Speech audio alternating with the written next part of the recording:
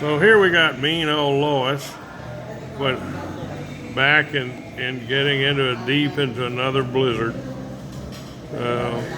All her life she's had a problem with eating too much. So Lois, what do you want to tell these people on the TV?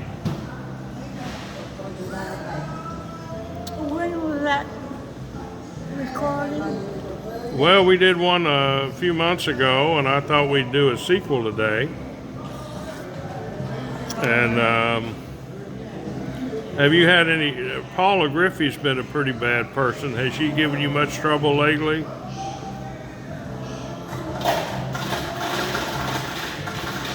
are you talking about? Oh, me. Well, now Donna has caused you a lot of trouble too, hasn't she? What? I'm asking. That's just what I heard on the scanner. What did you hear? Well, I don't know. We can't talk about that on the radio.